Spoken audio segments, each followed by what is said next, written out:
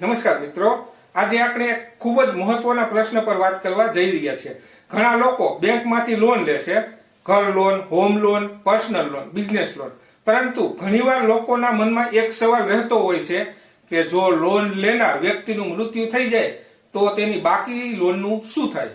શું પરિવારને તે લોન ભરવી પડે કે બેંક ઘર કે મિલકત કબજે કરી લે છે? આ પ્રશ્નનો સાચો જવાબ ઘણા લોકો જાણતા નથી, જેના કારણે ઘણીવાર પરિવાર ડરી જાય છે કે હવે બેંક આખી લોન વસૂલ કરવા માટે ઘર આવી જશે। આ વિડીયોમાં આપણે ખૂબ સરળ ભાષામાં સમજીશું કે લોન લેનારનું મૃત્યુ થાય તો કાયદા મુજબ શું થાય અને પરિવારની જવાબદારી શું રહે છે।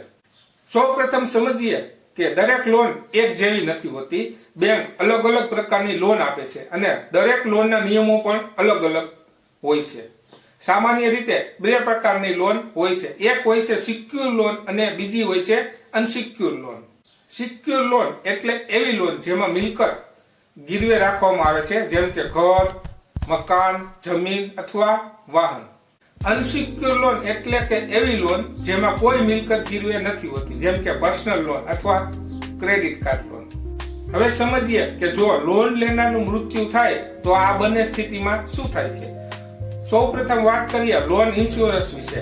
ઘણી બેંક જ્યારે ઘર લોન અથવા મોટી લોન આપે છે ત્યારે તે સાથે લોન પ્રોટેક્શન ઇન્સ્યોરન્સ પણ કરાવે છે।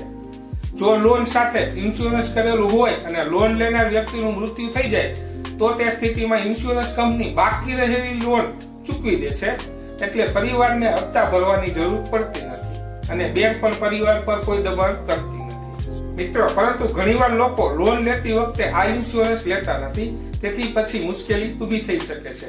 હવે બીજી મહત્વપૂર્ણ બાબત છે કો-બોરોવર। ઘણીવાર ઘર લોન અથવા બિઝનેસ લોનમાં બે વ્યક્તિઓના નામ હોય છે, જેમ કે પતિ અને પત્ની બંને લોન લે છે। જો આ સ્થિતિમાં એક વ્યક્તિનું મૃત્યુ થાય તો બીજો કો-બોરોવર લોન ચૂકવવાનો જવાબદાર રહે છે। બેંક પછી બાકી રહેલી ઈએમઆઈ બીજા વ્યક્તિ પાસેથી વસૂલ કરે છે। હવે વાત કરીએ ગીરવે રાખેલી મિલકત વિશે। જો લોન લેતી વખતે ઘર, જમીન અથવા વાહન ગીરવે રાખવામાં આવ્યું હોય અને લોન લેનારનું મૃત્યુ થઈ જાય તો બેંક પહેલા પરિવારને કહેશે કે લોન ચાલુ રાખો અને ઈએમઆઈ ભરતા રહો। જો પરિવાર હપ્તા ભરવાનું ચાલુ રાખે તો કોઈ સમસ્યા નથી અને મિલકત પરિવાર પાસે જ રહે છે, પરંતુ જો પરિવાર ઈએમઆઈ ભરવા તૈયાર ન હોય અથવા ભરવા સક્ષમ ન હોય તો બેંક પાસે કાયદેસર હક હોય છે કે તે ગીરવે રાખેલી મિલકત કબજે કરીને તેને વેચી શકે। મિલકત વેચીને બેંક પોતાની બાકી લોન વસૂલ કરી લે છે। મિત્રો, હવે એક મહત્વનો સવાલ આવે છે, શું વારસદારોને લોન ભરવી ફરજિયાત છે?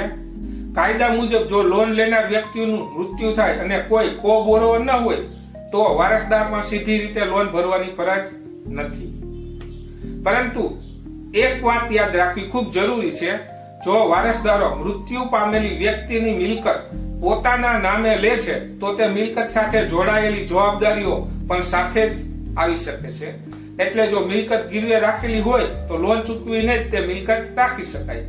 હવે વાત કરીએ પર્સનલ લોન અથવા ક્રેડિટ કાર્ડ લોન વિશે।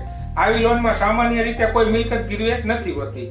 જો લોન લેનારનું મૃત્યુ થાય અને કો-બોરોવર ન હોય તો બેંક સીધી પરિવાર પાસેથી લોન વસૂલ કરી શકતી નથી। બેંક માત્ર મૃત્યુ પામેલી વ્યક્તિની મિલકતમાંથી જ લોન વસૂલ કરવાનો પ્રયાસ કરે છે। ઘણીવાર લોકો આ બાબત ન જાણતા હોવાથી બેંકના ફોનથી ડરી જાય છે, પરંતુ કાયદા મુજબ બેંક પરિવારને હેરાન કરી શકતી નથી। હવે સૌથી મહત્વની સલાહ, જો તમે લોન લેવા જઈ રહ્યા છો તો હંમેશા 3 બાબતો ધ્યાન રાખો। પહેલી વાત, શક્ય હોય તો લોન ઇન્સ્યોરન્સ જરૂર લો। બીજી વાત, લોનના તમામ દસ્તાવેજો પરિવારના દરેક સભ્યોને બતાવો અને સમજાવો। ત્રીજી વાત, હપ્તા સમયસર ભરતા રહો જેથી ભવિષ્યમાં કોઈ સમસ્યા ન આવે। આ માહિતી જાણવી દરેક પરિવાર માટે ખૂબ જરૂરી છે, કારણ કે ઘણીવાર અચાનક બનેલી પરિસ્થિતિમાં પરિવારને ખબર જ પડતી નથી કે હવે શું કરવું। જો તમને આ માહિતી ઉપયોગી લાગી હોય તો આ વિડીયોને લાઈક કરો, ચેનલ સબસ્ક્રાઇબ કરો અને તમારા મિત્રો તથા પરિવાર સાથે જરૂર શેર કરો, જેથી તેઓ પણ આ મહત્વપૂર્ણ માહિતી જાણે। આવી જ કાયદાકીય અને ઉપયોગી માહિતી માટે અમારી ચેનલ સાથે જોડાયેલા રહો। આ વિડીયો માત્ર શૈક્ષણિક માહિતી માટે છે। દરેક કેસની પરિસ્થિતિ અલગ અલગ હોઈ શકે છે, તેમજ લોનનો પ્રકાર પણ અલગ અલગ હોય છે, તેથી જરૂર હોય તો કાયદાકીય સલાહ જરૂર લો। આભાર.